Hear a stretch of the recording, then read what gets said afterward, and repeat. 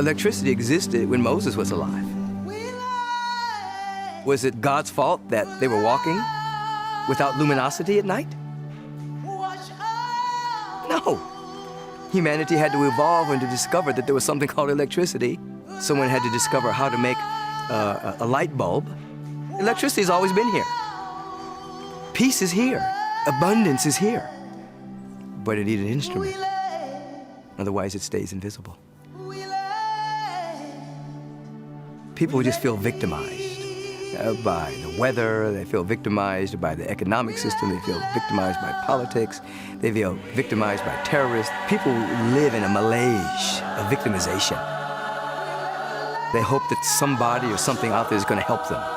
There's going to be a government that's going to help them. There's going to be a politician. There's going to be a God out there. There's going to be something.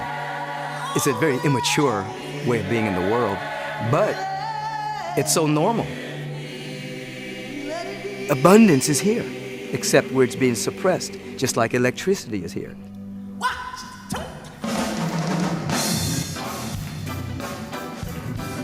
When you come into a truth teaching, one of the first things that an individual is confronted with is that you have to volunteer to be a victim. As you begin to mature and actually engage in spiritual practice, you throw away your victim badge. Emotional life begins to change. Mental life begins to change. Opportunities begin to show up. Doors begin to open. We seek to assist people in moving up that rung, help people remember who they are.